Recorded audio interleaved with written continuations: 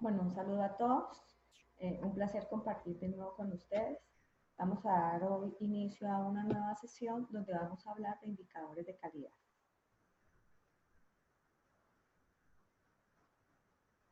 Ok, en la sesión pasada nosotros habíamos presentado esta imagen, la cual mostraba los vertimientos que se hacían tanto por centros poblados como por áreas un poco más abiertas, como los residuos que se dan por la agricultura o por la escorrentía en general.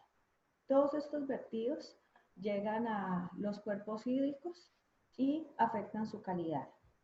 ¿Qué implicaciones tiene esto? Tenemos, por ejemplo, las que percibimos a nivel organoléptico como mal olor.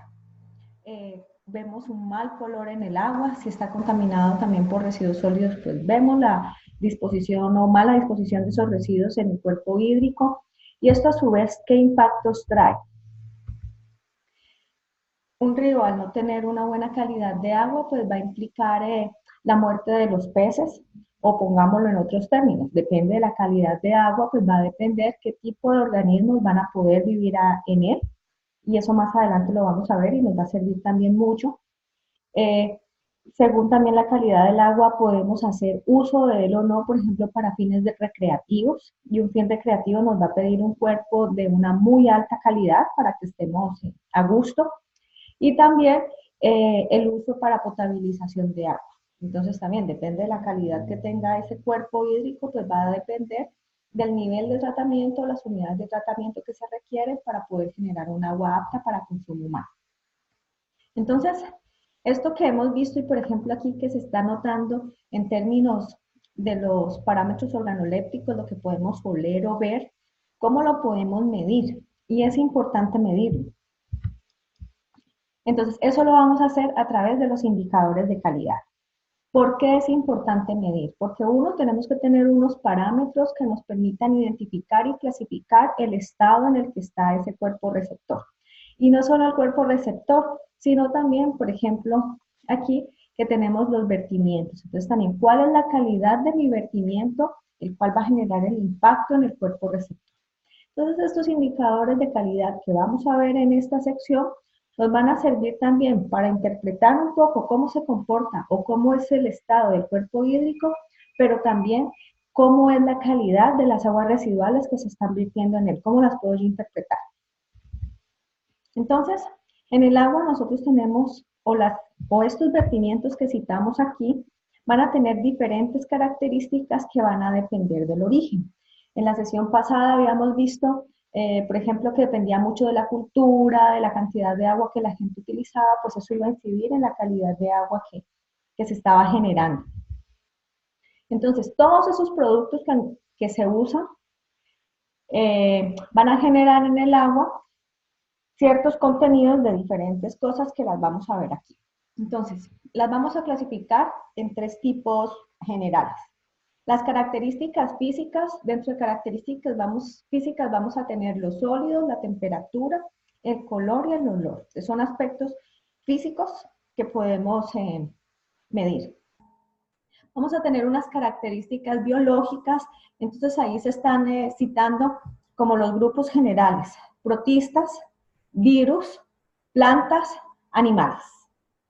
Y las características químicas. Y entonces dentro de las características químicas también vamos a tener una subclasificación. Entonces vamos a tener productos orgánicos, por ejemplo, de lo que consumimos o de lo que se procesa.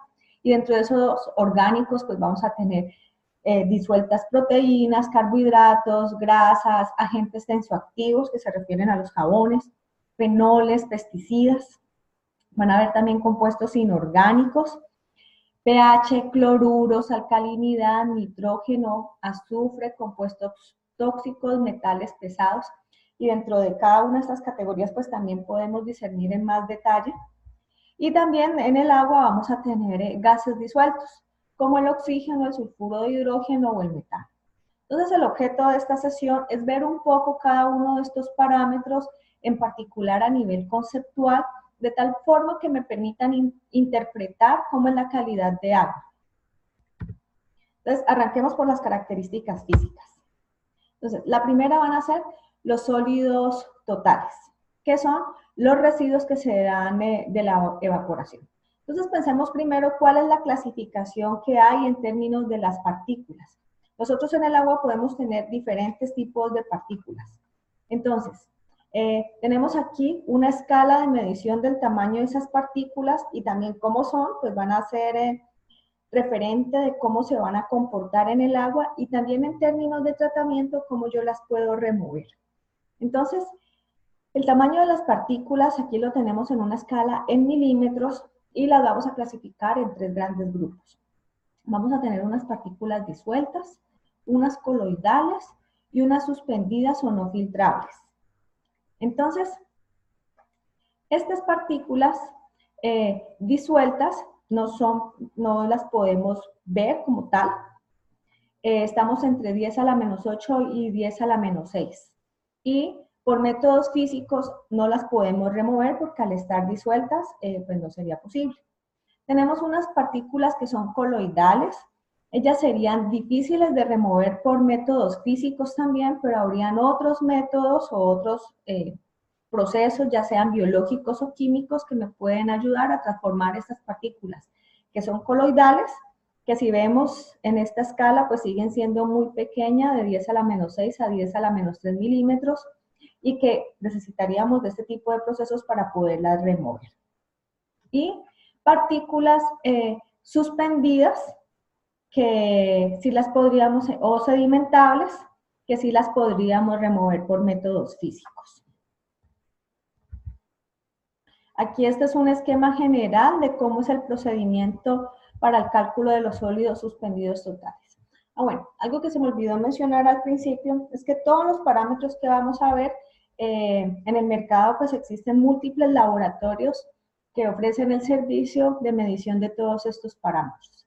Cada parámetro entonces va a obedecer a un método de muestreo, a un periodo de preservación y a unas técnicas específicas analíticas para la medición del parámetro. Entonces, es importante que cuando ustedes manden o reciban resultados que les estén indicando calidad de agua, provengan de laboratorios que tengan certificaciones y que obedezcan pues a procesos estandarizados de calidad, que en cada uno de los países pues tendrán sus entes reguladores.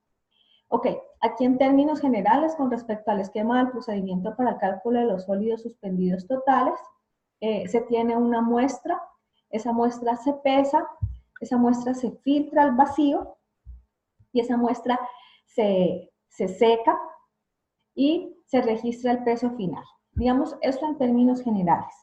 Entonces, en este proceso de secado, nosotros podemos clasificar entonces los sólidos en diferentes tipos, como lo habíamos mencionado hace un rato. Entonces, de una muestra total, ¿sí? Podemos sacar cuáles se quedaron en mi filtro, que eso los pesaba, y cuántos pasaron en la muestra de agua, que serían los suspendidos. A su vez, esos los podemos clasificar en sedimentables y no sedimentables, y dentro de ellos también van a haber algunos orgánicos y minerales. Y aquí se está mostrando pues alguna de las proporciones. Con respecto a los filtrables, tendríamos los coloidales y los disueltos. Bueno, entonces, miren que aquí estamos viendo una unidad que es partes por millón. Esta es una forma de presentar las unidades. Otra unidad también común conocida es miligramos por litro. Entonces, estamos viendo los sólidos en términos de concentración. Entonces, por cada litro de agua, ¿cuántos miligramos de sólidos totales o suspendidos puedo tener? Ok, esta por ejemplo es para mostrar un poco también la escala y las necesidades de tratamiento que requieren si yo quiero remover los sólidos del agua. Entonces, por ejemplo, vamos de lo grande a lo pequeño. Hay partículas que yo las puedo quitar por filtración, ¿sí? Y aquí está citando esta imagen diversos ejemplos. Otras que ya son tan pequeñas que por filtración normal no las puedo remover y necesito métodos más específicos como microfiltración, ultrafiltración, nanofiltración y ósmosis inversa. Ok, ahí estamos con los sólidos. Vamos ahora con el parámetro temperatura. Entonces, la temperatura pues es generalmente más alta, las de las aguas residuales, por ejemplo, que las del suministro. Porque pues como nosotros vamos a tener en el agua ciertas reacciones y hay liberación de energía, pues eso me va a cambiar también la temperatura del agua. ¿Cuál es la importancia de la temperatura? Esto va a tener un efecto en la vida acuática y en las reacciones que se den en ella. En la vida acuática también porque los organismos que estén en el agua van a tener unos rangos apropiados para vivir. Y si esa temperatura se cambia, pues ellos no pueden seguir en esa matriz. Otro factor que es importante es el oxígeno. Entonces, para que haya vida y para que haya buena calidad, y ahorita vamos a entrar en detalle de este parámetro, el oxígeno debe estar disuelto en el agua. Al estar el agua un poco más caliente o en la medida que ya aumente su temperatura, el oxígeno se hace menos soluble y se pasa a la atmósfera. ¿Qué impactos tiene este incremento de la temperatura?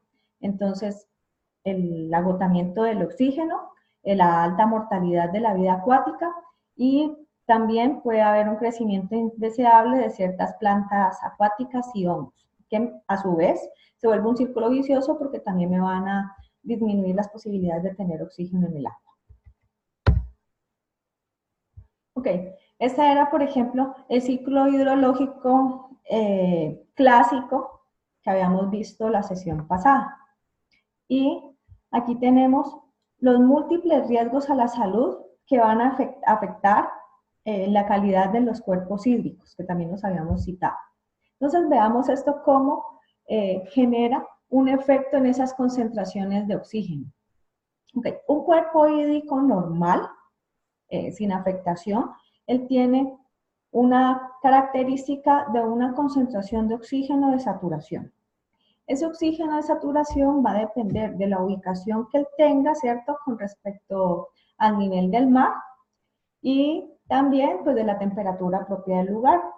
Entonces, digamos que si una concentración de saturación de un cuerpo hídrico es de 8 miligramos por litro, partes por millón, estos vertimientos que yo tengo a mi cuerpo receptor van a demandar de este oxígeno porque se van a dar reacciones de oxidación. Entonces, este comportamiento del oxígeno se me va a bajar en función de estos vertimientos y depende qué tan frecuentes sean estos vertimientos, pues el cuerpo receptor se puede recuperar, pero si los vertimientos son muy permanentes, entonces el cuerpo receptor va a tener una concentración de oxígeno muy limitada. Y como mencioné hace un rato, depende de qué concentración tenga, pues va a ser el tipo de organismos que van a poder vivir en él. Entonces, quería mostrarles este ejemplo. Este es el río Cauca en Cali, Colombia. Y miren, este es un vertimiento que hace la ciudad al río Cauca. Veamos entonces cómo se comporta un poquito el parámetro de oxígeno para esto. Bueno, este es otro vertimiento del mismo río, pero es en otro punto. Entonces, veamos estos datos. Este es como un perfil. Son las estaciones, digamos que esto está en el abscisado, en el eje del río, y hay varias estaciones de monitoreo que me permiten medirlo. Y aquí tenemos las concentraciones de oxígeno. Entonces, él en sus primeras estaciones tiene unas concentraciones medias y vemos alrededor de estas estaciones es cuando él ya ha empezado a recibir el vertimiento, al punto que llega a concentraciones supremamente bajas de 1 o 2 miligramos por litro. Estas concentraciones ya se empiezan a considerar anóxicas, se empiezan a ser demasiado limitantes para la vida acuática. Y después de que pasa los vertimientos más grandes o el impacto más grande de una ciudad de más de 2 millones de habitantes, él empieza como a tener un poco de recuperación en la distancia. Ok, vamos ahora con el color. El color en el agua lo puede generar diferentes sustancias. Lo puede generar el hierro, el manganeso, el plancton. los taninos, las ligninas. Entonces, cuando llueve y en las plantas, ustedes han visto que se dan unas acumulaciones y también de la descomposición, entonces se empiezan a disolver estas partículas en el agua. Todo esto, esos son los taninos y las ligninas, todo esto es lo que le va a aportar también color al agua. Los desechos vegetales, los residuos orgánicos. Entonces, todas estas sustancias, si las vemos en términos de tratamiento, pues pueden ser removidas por la coagulación con sulfato de aluminio, con cloruro de hierro. El agua en su estado natural pues no tiene color, pero en la medida que tenga disueltas estas sustancias, le van a aportar un color a la matriz. Y podemos hablar nosotros de dos colores. Uno que se llama color real y otro que se llama color aparente. Entonces, ese color real o verdadero es cuando nosotros filtramos la muestra. Y cuando la hacemos, porque también la turbiedad pues va a hacer un cambio en el color. ¿Cómo se mide el color?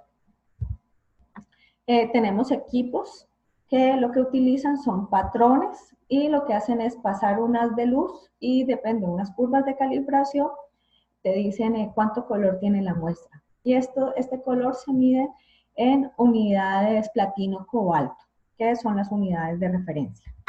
Entonces, naturalmente nosotros ya sabemos que las aguas de color oscura son aguas sépticas, son aguas bastante contaminadas, mientras que el agua limpia va a tener buena concentración de oxígeno disuelto y pues son aguas más cristalinas. Ok. El olor que tenemos en los cuerpos hídricos y en las aguas residuales. Entonces, estos olores son producidos por los gases de la descomposición de la materia orgánica. El olor más característico del agua residual es el sulfuro de hidrógeno, el que naturalmente lo asociamos con el olor a pedo. Este sulfuro de hidrógeno se produce por microorganismos anaerobios, y adelante vamos a ver más detalles, pero por el momento quedémonos con el concepto que son organismos que viven en una matriz de agua donde hay ausencia de oxígeno, como las aguas residuales, y van a reducir los sulfatos a sulfitos. Ok, vamos a hablar ahora de las características químicas, y en particular de la materia orgánica. Los compuestos orgánicos están formados generalmente por una combinación de carbono, hidrógeno, oxígeno con nitrógeno en algunos casos. Otros elementos como azufre, hierro y fósforo pues también pueden estar presentes. Entonces, la urea, el principal constituyente de la orina, es otro importante compuesto orgánico del agua residual. Entonces, si recordamos de las primeras diapositivas, habíamos citado en la sección de orgánicos una serie de compuestos que van a estar presentes en el agua. Aquí, por ejemplo, estamos retomando esa tabla. Entonces, tenemos demasiadas moléculas y demasiados compuestos que son susceptibles de digerir, algunos biológicamente, otros no, pero es imposible medir específicamente cada uno de ellos. Entonces, para hacer una medición que me permite identificar ese nivel de contaminación en términos de estos productos, vamos a manejar tres indicadores que son importantes. Miren que estos indicadores no me están midiendo un producto en especial, están midiendo como todo en conjunto, pero me está dando esa orientación de qué tan contaminada está una muestra de agua. Entonces, estos parámetros indicadores son la demanda bioquímica de oxígeno, la demanda química de oxígeno y el carbono orgánico total. Entonces veamos cada uno de estos. Ok, la demanda bioquímica de oxígeno. Entonces, es la cantidad de oxígeno requerida por las bacterias para estabilizar la materia orgánica en condiciones aeróbicas.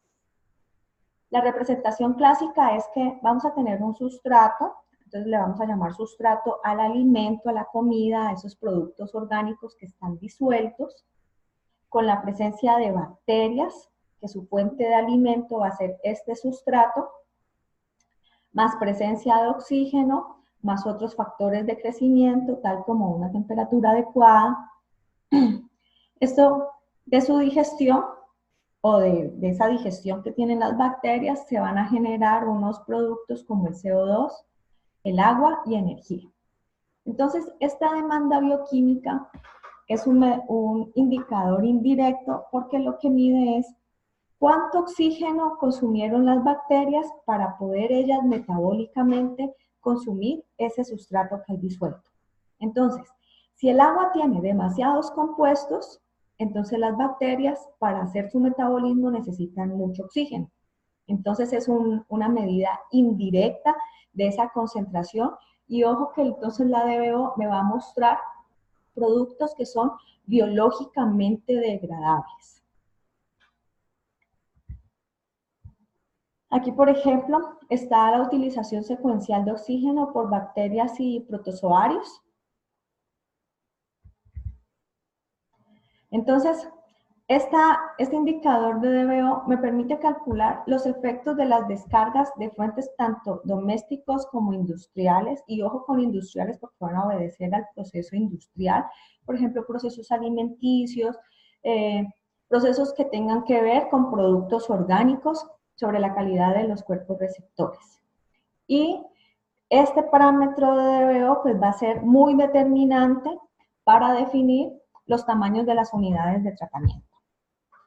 Ok, entonces, en conclusión, entonces tenemos que la DBO o demanda biológica de oxígeno es un indicador que me mide los productos que son biológicamente degradables.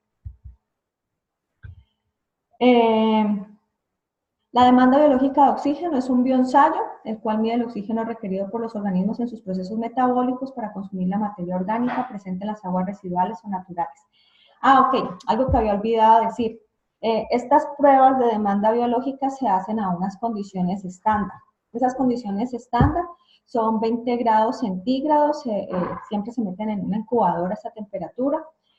Tienen exceso de nutrientes, entonces en la prueba uno garantiza que no vaya a haber como reactivos límites los nutrientes, porque lo que estamos tratando de ver son más los productos orgánicos. Y hay varios periodos de incubación. Entonces, ustedes pueden encontrar que hay DBO5, ¿sí? Que lo que dice es que se hizo esa medición. Si yo empecé la prueba hoy, mido cuánto consumieron las bacterias dentro de 5 días. Entonces, a partir de ese reporte, yo voy a tener mi valor de DBO. Y como es de 5 días, esa se va a llamar DBO5. También se puede hacer a 20 días. Y esa se va a llamar DBO20. ¿Con cuál me quedo? ¿Cuál es la característica que tiene cada uno? Entonces, la DBO20 me tiende a medir la DBO total, ¿sí? Pero 20 días pues es bastante para un laboratorio y tener almacenadas las muestras durante tanto tiempo, más que frecuentemente están recibiendo. También se ha encontrado que a los 5 días yo tengo la mayoría del total. Me puede estar representando a un 80 o un 90% de la DBO total. Por eso se vuelve un indicador tan bueno, porque requiere menos tiempo de incubación y me está dando un resultado bastante cercano al total que se tiene. Esa disminución de la concentración de oxígeno puede ser medida por el método Winkler o el método electrométrico. Entonces aquí tenemos un esquemita de cómo se prepara la muestra y cómo se hace la muestra el procesamiento de la DBO. Entonces tenemos la muestra, a la cual se le ajusta el pH, se prepara con un agua de dilución. Esta agua es la que contiene los nutrientes que habíamos mencionado. Se siembra una cantidad de microorganismos que van a ser mi inóculo y se coloca una cantidad de muestra. ¿De qué depende la cantidad de muestra? Más o menos de lo que considere, con otra prueba que vamos a ver ahí, más o menos de lo que considere que eso va a tener en concentración. Y a estas muestras se les mide el oxígeno disuelto al inicio y se mide el oxígeno disuelto al final. Entonces, a partir de una ecuación me va a permitir calcular cuál es esa DBO. Y aquí se está mostrando pues una incubadora donde se preservan las muestras por los días de tratamiento. Ok, vamos entonces a la DQO. La DQO se denomina demanda química de oxígeno. y mide cuál es el oxígeno equivalente necesario para la oxidación de sustancias químicas, tanto orgánicas como inorgánicas, bajo condiciones específicas de un agente oxidante en tiempo y temperatura. Entonces, ¿qué es lo que hace DQO? DQO mide absolutamente todo, tanto orgánico como inorgánico. Entonces, ¿cómo es la prueba?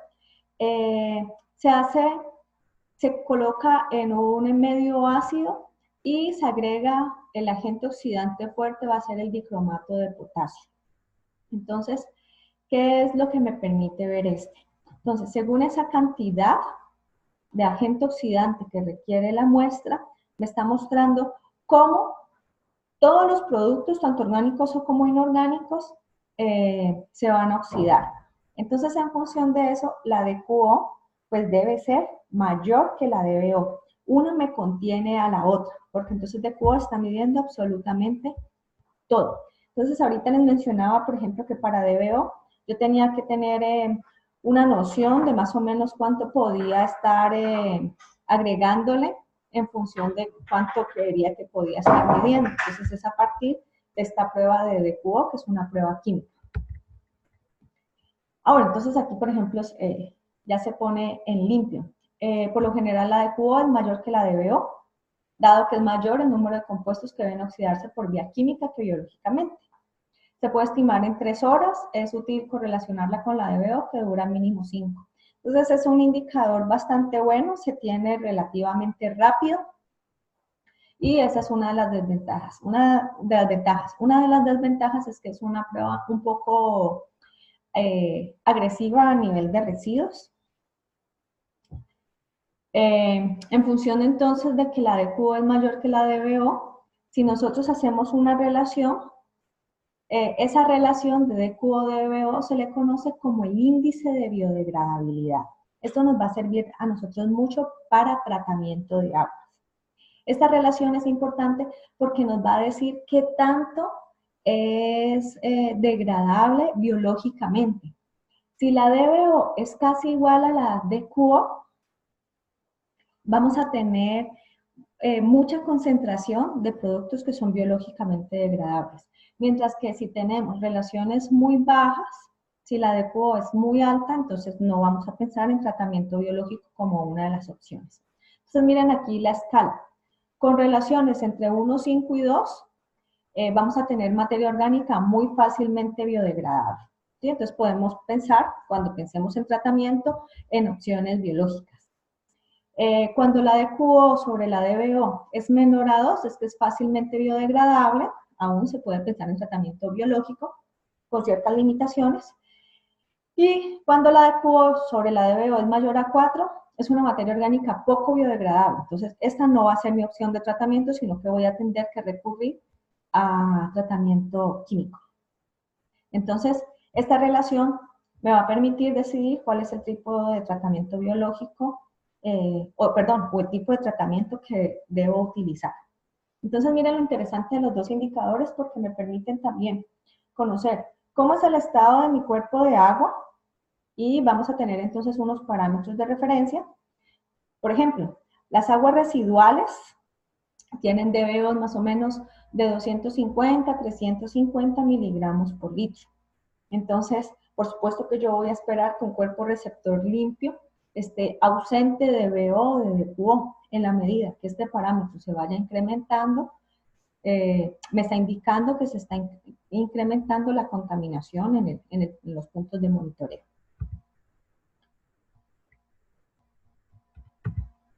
Ok, aquí es un ejemplo de una digestión para calcular DQO.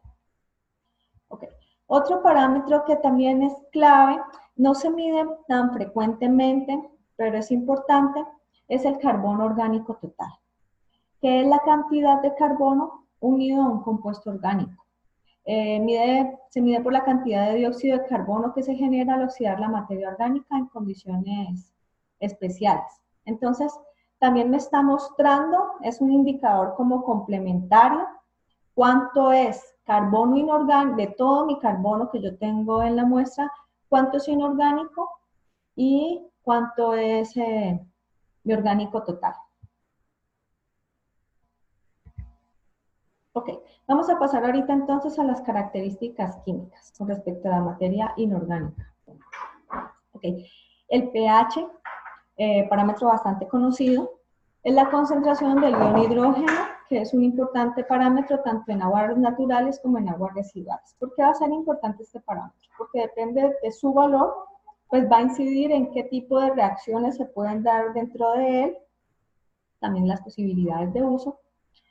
Y el intervalo de concentración idóneo para la existencia de la vida biológica es muy estrecho, entonces va a estar alrededor de un parámetro estrecho cerca de la neutralidad. Concentraciones adversas o extremas van a limitar entonces esa presencia de los microorganismos o de los organismos en el agua.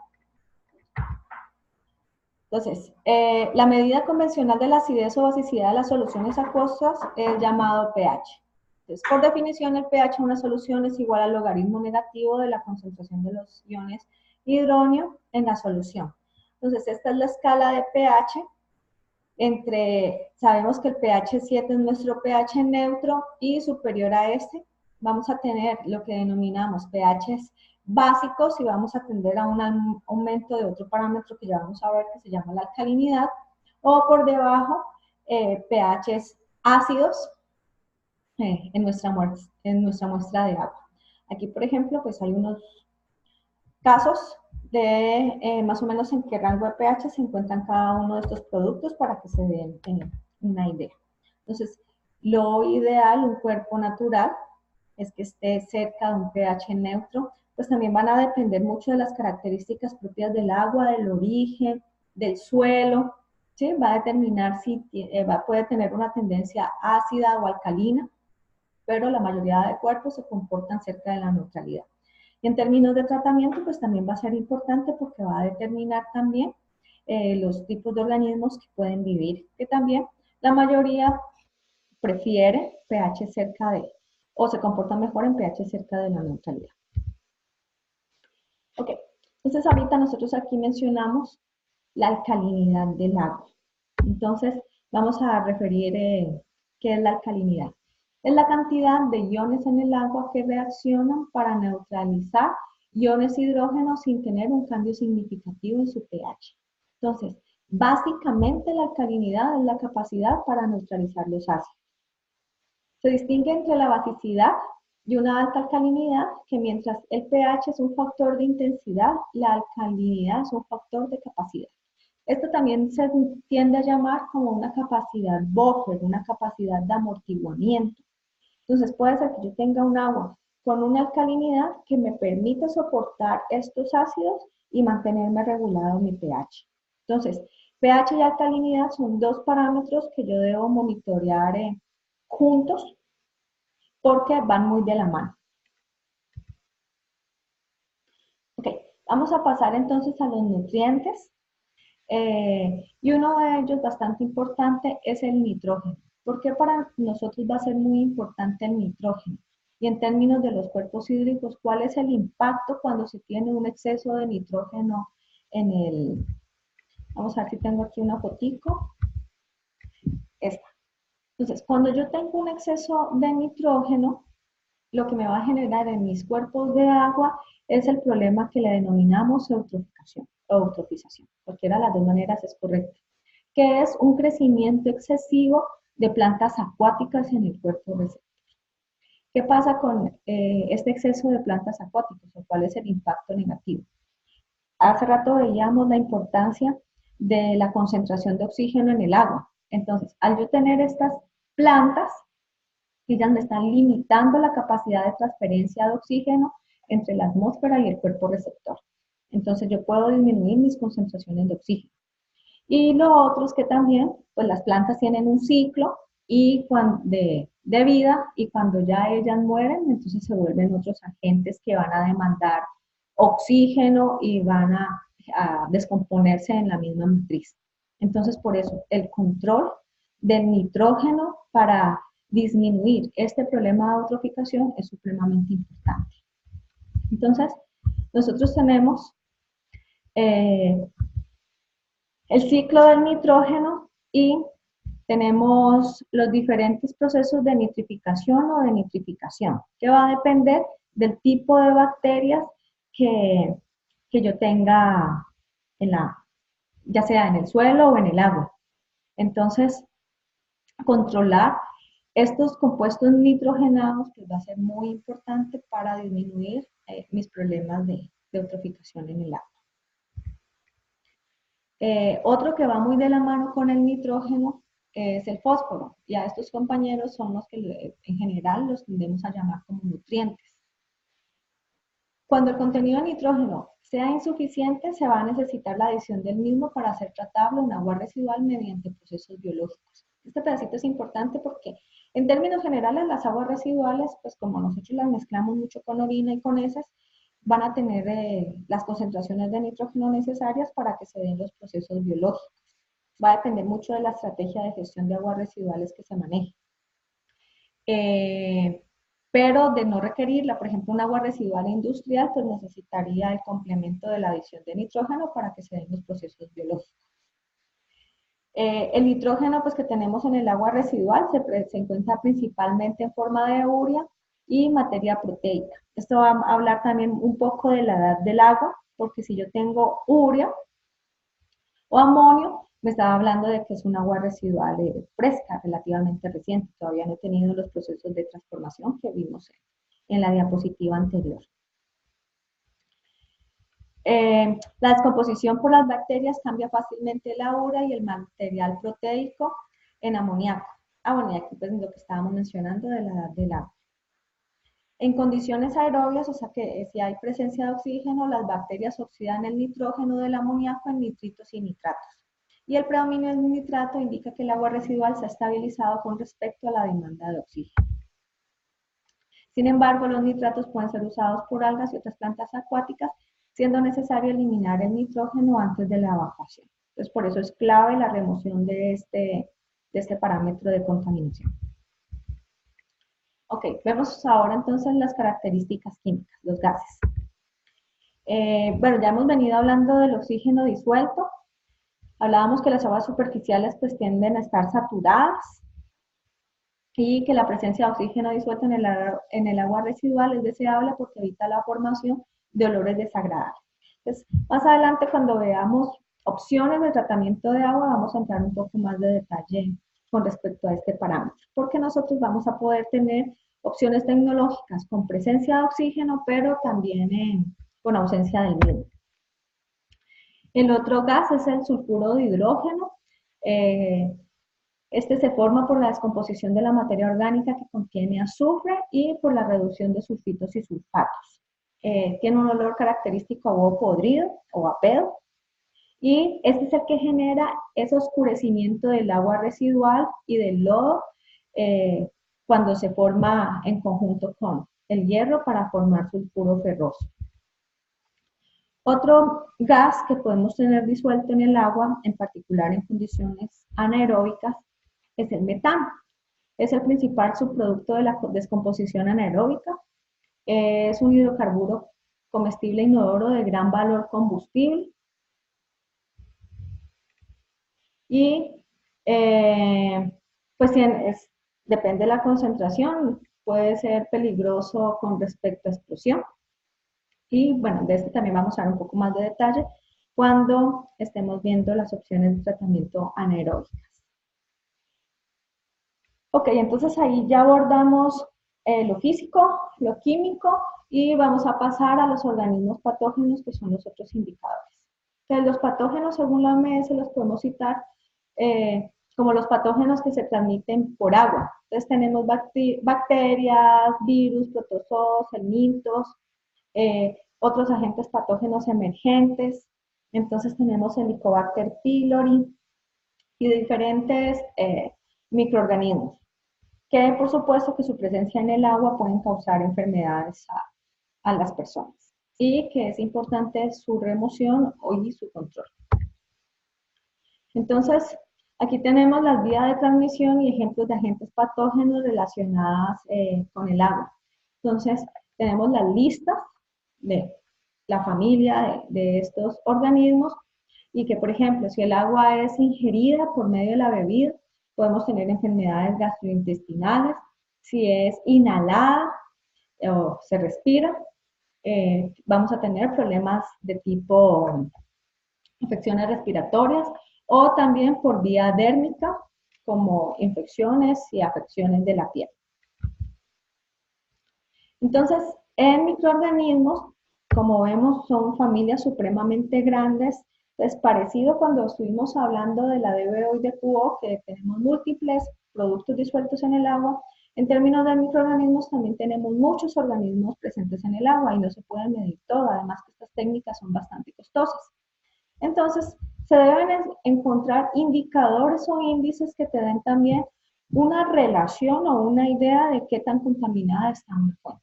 Entonces, uno de los microorganismos que se ha utilizado como indicador es el Escherichia coli o E. coli.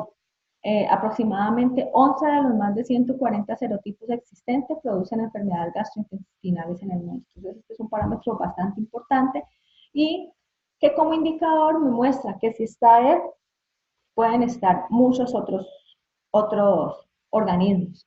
En eso también a nivel científico hay bastante discusión si es el indicador ideal, pero por el momento ha sido uno de los que se trabaja mucho y de los que se regulan y se norman. Tenemos también los coliformes totales. Bueno, esta palabra de coliformes es que vienen del col, y vamos a tener coliformes totales y fecales. Entonces, el grupo de los coliformes totales incluye microorganismos que pueden sobrevivir y proliferar en el agua, también en suelo.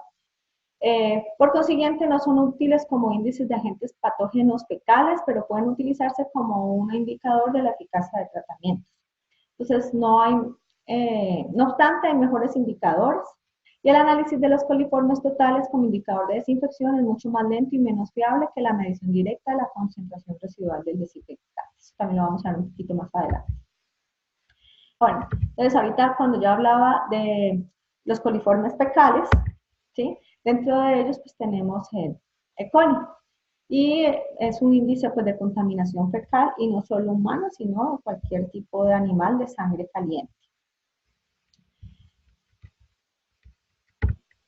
Ok, entonces, esa es una visión general de los parámetros de contaminación y me van a permitir clasificar no solo el cuerpo receptor o el cuerpo hídrico que estoy analizando, sino también las aguas residuales. Entonces, es como un examen de sangre. Entonces, a través de una muestra que tenga evaluados los distintos parámetros que hemos visto, yo puedo identificar qué tan concentrada está una muestra de agua de estos contaminantes. Entonces, para cada uno de los países, ustedes pueden tener normas de calidad de agua que regulan, por ejemplo, las posibilidades de uso de los cuerpos hídricos. También entonces vamos a tener normas de vertimiento de aguas residuales que te limitan cuál es el valor máximo posible para cada uno de estos parámetros. Y entonces, las opciones tecnológicas van a tener diferentes alcances en la remoción de cada uno de ellos, que es lo que vamos a estar viendo posteriormente. Bueno, aquí terminamos esta sesión de indicadores y nos vemos en la próxima.